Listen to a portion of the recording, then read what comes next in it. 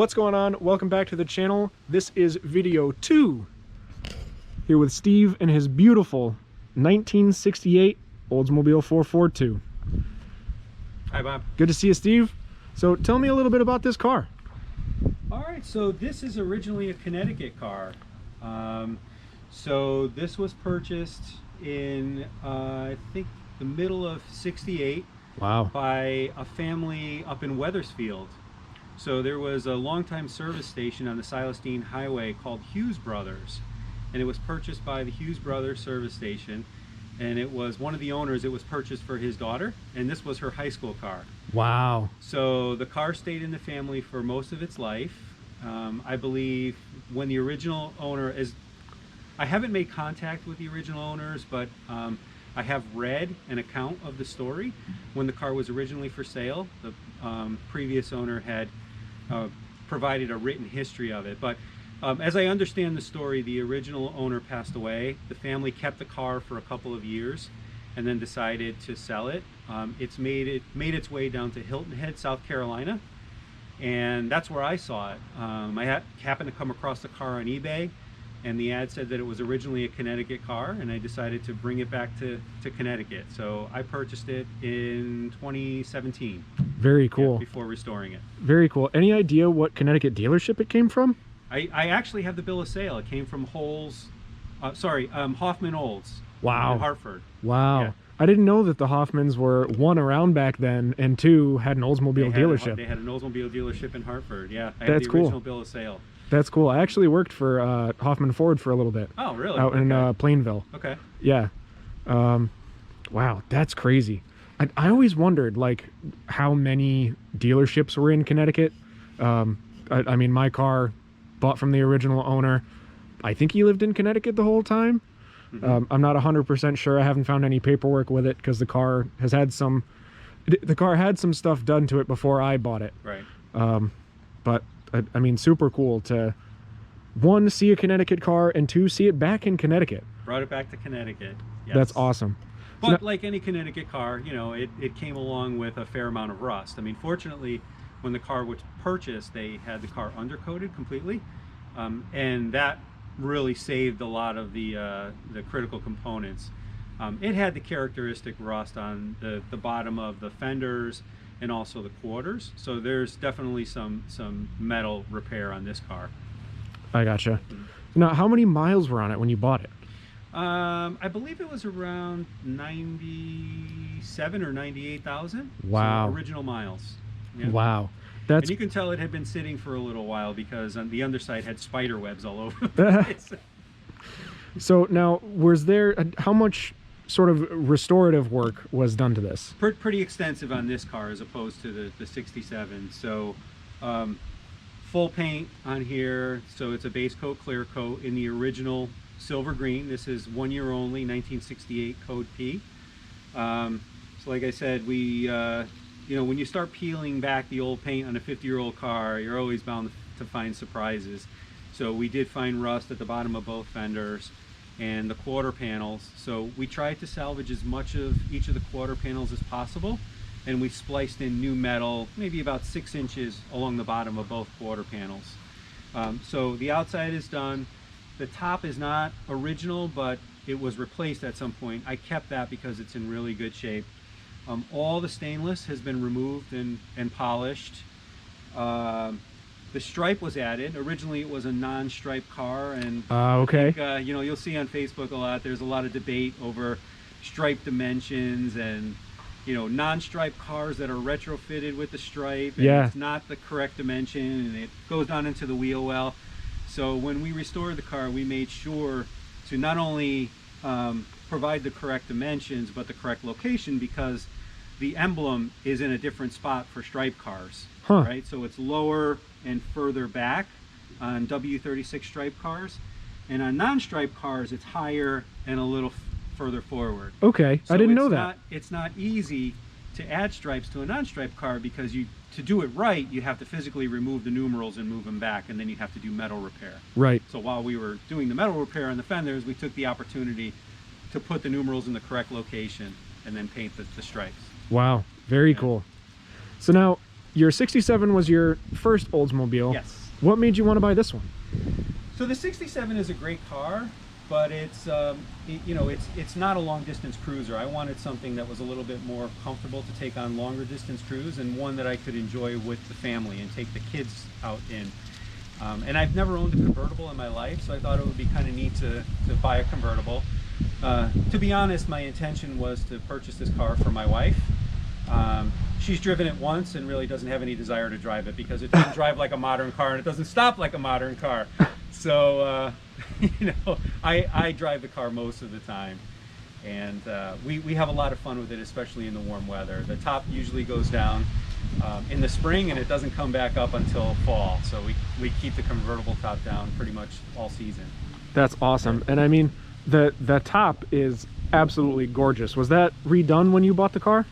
The top was replaced before I bought the car. So the car did undergo a quote-unquote restoration prior to my purchase, but you can tell it was a low-budget restoration, because when we started getting into the bodywork, I mean, there were parts of the car where the Bondo was, you know, 1/4 of an inch thick. So it was a quick Bondo job, poor quality paint job, mismatched paint. I had different color paints on the hood, the fenders, and the trunk. 3 different shades of silver green on here. So I'm a bit of a perfectionist, as you'll see. So I couldn't stand for that. And within 3 months of buying the car, it was in the shop getting repainted, restored. Put a completely new interior, just gutted the whole thing, brand new Legendary interior. So, and I wanted to keep the car 100% factory correct, no modifications at all, not even to the electronics. So it still has the points ignition and everything. Wow. I did see some modifications. You said you take the family out in this all the time. I did see some modifications to actually assist with that. Can you show me a little bit of that? So there's 2 modifications here. I think the first, you'll see that on both sills I have painter's tape, and that's because my young daughters want to climb in the back of the car, and because I'm a bit of a fanatic, I don't want my sill plate scratched, so I put painter's tape on both sides. And then the other modification, if you can pan in there, you can see the baby seat. So I have a 3-year-old who absolutely loves going for rides in what she used to call the convertible with a B, but now her speech has gotten a lot better, so she loves going out in the convertible with daddy. And we use this for family outings. We go out for ice cream, we go out on nice nights, we'll go out and get dinner in the convertible. So it's a great car. It's a really fun car. And you know, with the top up, it's a little bit challenging to secure it because you only have the seat belt securing it to the seat. But with the top down, I run the top strap out the back and into the trunk and secure it into the trunk. So she's completely safe with the top down. That's awesome. Yeah. That's great. So definitely more of a cruiser car, not really Absolutely. It's a great highway cruising car, 323 gear.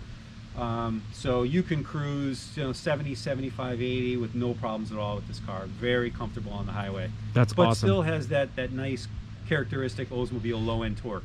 That's awesome. Yeah. So now, speaking of torque, tell me a little bit about the powertrain. So it is the stock 400. It's an automatic car. So it was, I believe it's, with the automatic, the 400 was around 325 horsepower.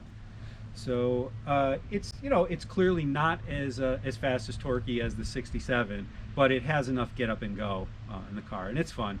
You know, the only aftermarket modification on the car is the exhaust system. So while I do have the factory exhaust manifolds, I have put a stainless X pipe on here, 2.5-inch X pipe, and I'm running Black Widow mufflers, flow-through mufflers. So the sound is a little louder than stock.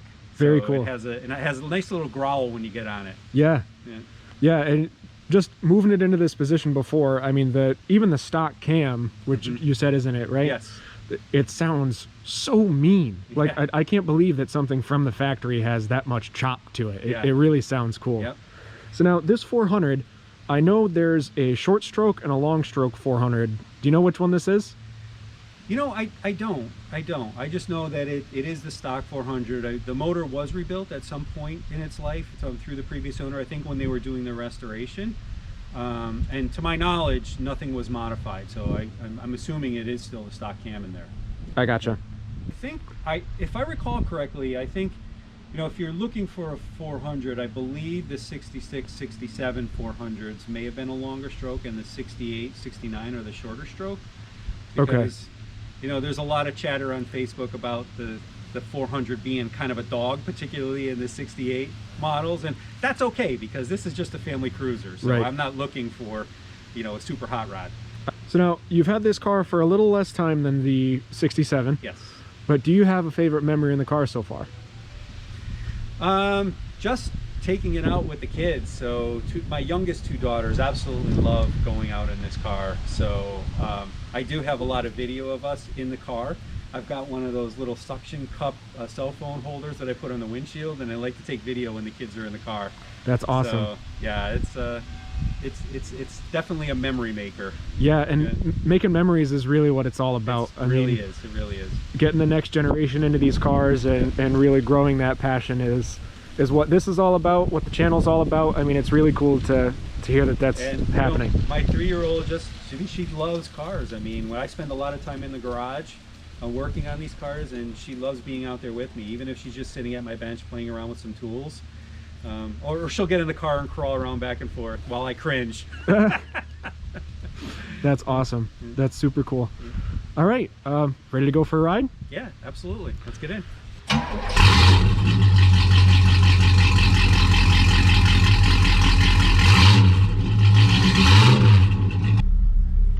This lighter is kind of cool. How does that work? Is it like you twist it and then No, you just push it in and, well, this one is actually, doesn't work. It's not hooked up, but your standard cigarette lighter. You just push it in and wait for it to pop out. So that this is just more like a design feature. Yeah, the 68 has these sort of, I don't know, like crescent moon features. And it carries over here to the lights and the wipers as well. Very cool. And this too, I mean, you say you're a fanatic. This interior, you said legendary? This is legendary. Full legendary interior, yeah. This is incredible. The quality of their components is really second to none. And does it come all ready to install, or? Well, you have a choice. When you buy the door panels, you can buy them pre-assembled, or you can buy them unassembled. I elected to have them pre-assembled, so all the stainless, most of the stainless is already fastened at the factory. Now, there are a few things that I had to do, like with the remote mirror, I had to position the remote mirror control and install that, and a few little other things, but for the most part, they come done, ready to install. I gotcha. Including the fuzzies, you know, the little window wipers. Oh, huh. I didn't even notice that. Yeah, they come pre-installed. So that just like clears off any rain that you may get if you took this car in the wet? It's designed to prevent you know, debris from getting down into your doors, because if any of that debris accumulates, it actually accelerates the rust process. Okay. So you want to prevent anything from getting down there, and it does, I think, to some degree prevent rain from falling down into the door, but there are drains at the bottom of the door. Oh, that's pretty cool. Yeah. One thing, not having owned a convertible before, when I got the car back from the shop, you know, they had obviously removed the vent windows to do the paint, and when they reinstalled them, they didn't reinstall them exactly the way they were, so I had huge gaps over here between the seals and the top. Oh, okay. And it wasn't just a matter of the seals being needing adjusting. I had to take the whole door apart again and move the vent windows up and over. Oh, I mean, it seems like you did a really good job, because even though this is a convertible and it is a little louder than the hardtop, this is so much quieter than mine is, and mine is relatively worn out, mind you, but like the top I think is 30 years old at this point. Okay. Sort of falling apart, but I mean, this is still pretty quiet. Yeah, I think if I had a turbo muffler on here, it would be even more quiet. The Black Widows, while they're great for performance, they are a little loud with the top up. You don't hear them so much when the top's down, obviously, because you have all that wind noise buffeting around you. Right. But with the top up, it's still a little bit loud. Yeah. They are very nice on the highway, though. On the highway, they're virtually silent. There's almost no drone. Huh.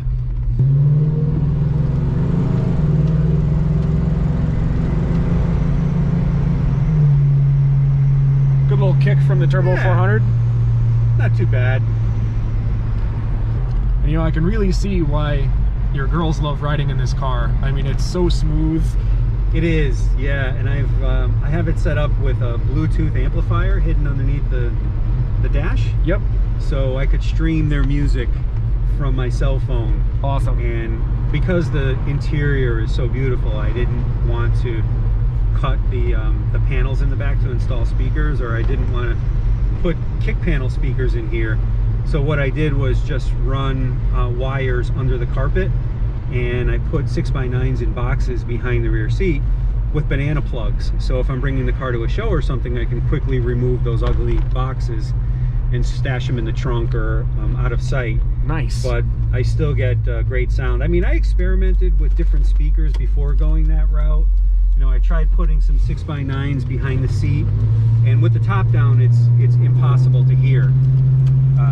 So having the 6x9s in boxes directly behind the seat, particularly with the top down, gives incredible sound. Yeah.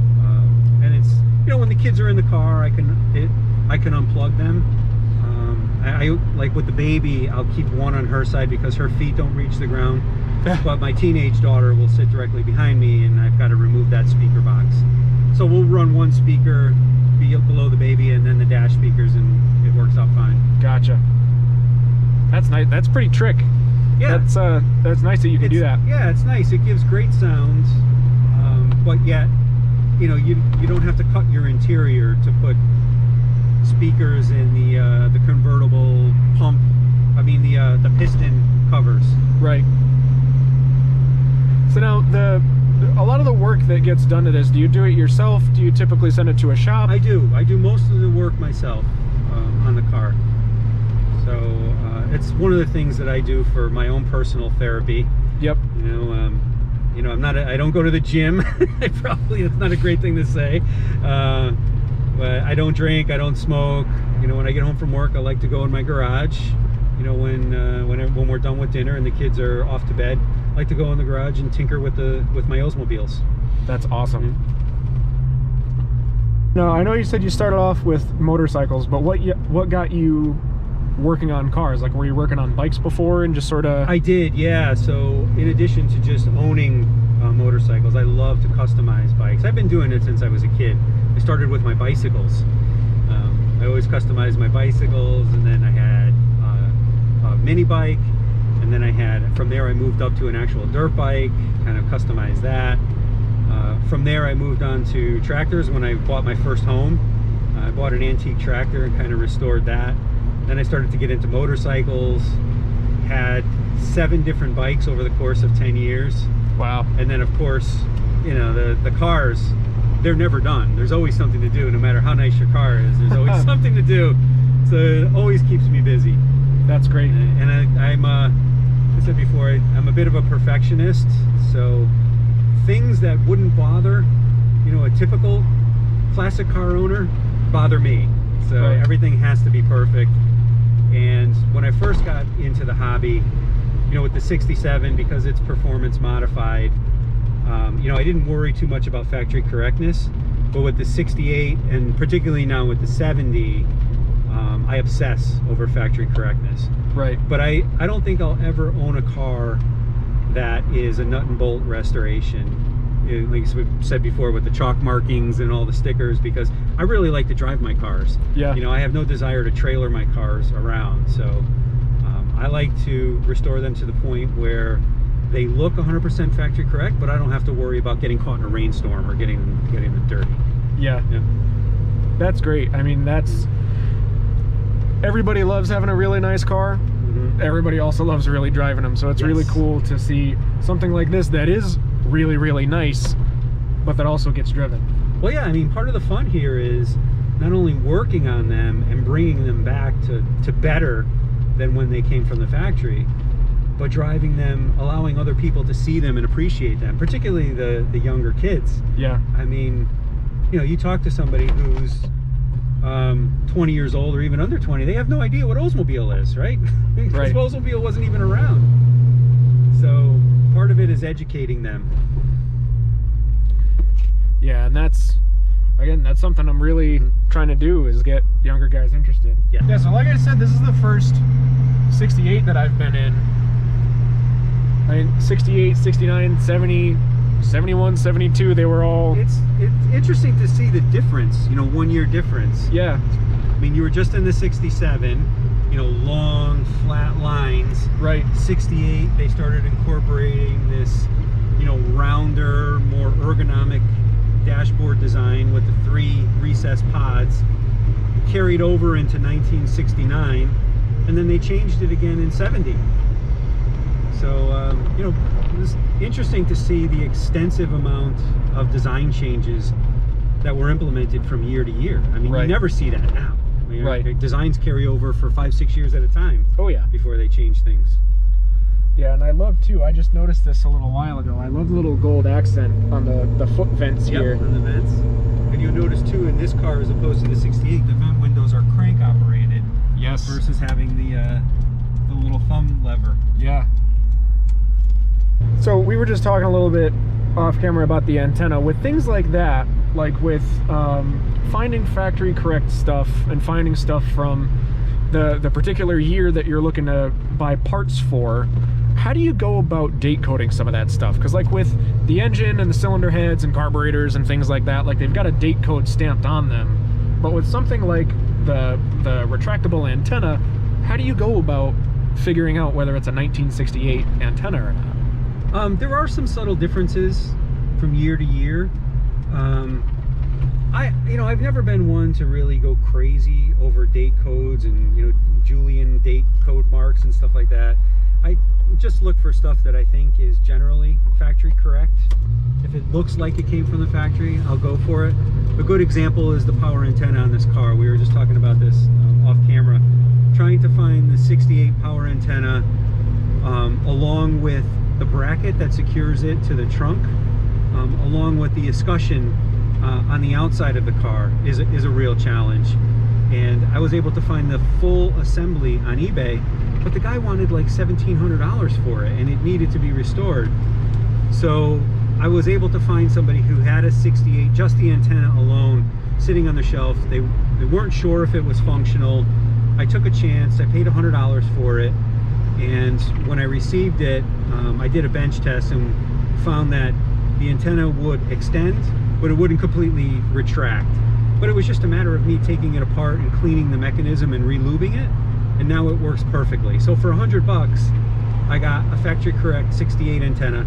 I do not have the bracket that secures it to the trunk, but it's actually hidden by the spare tire, so I wasn't too concerned with that. So I fabricated my own bracket. You know, and people who are in the know and are judging these cars will know that it's not a 68 bracket, but it's completely functional and it works for me. So that's all that matters. Right. But I do have, you know, what appears to be a factory correct power antenna versus a cheap aftermarket one. Right.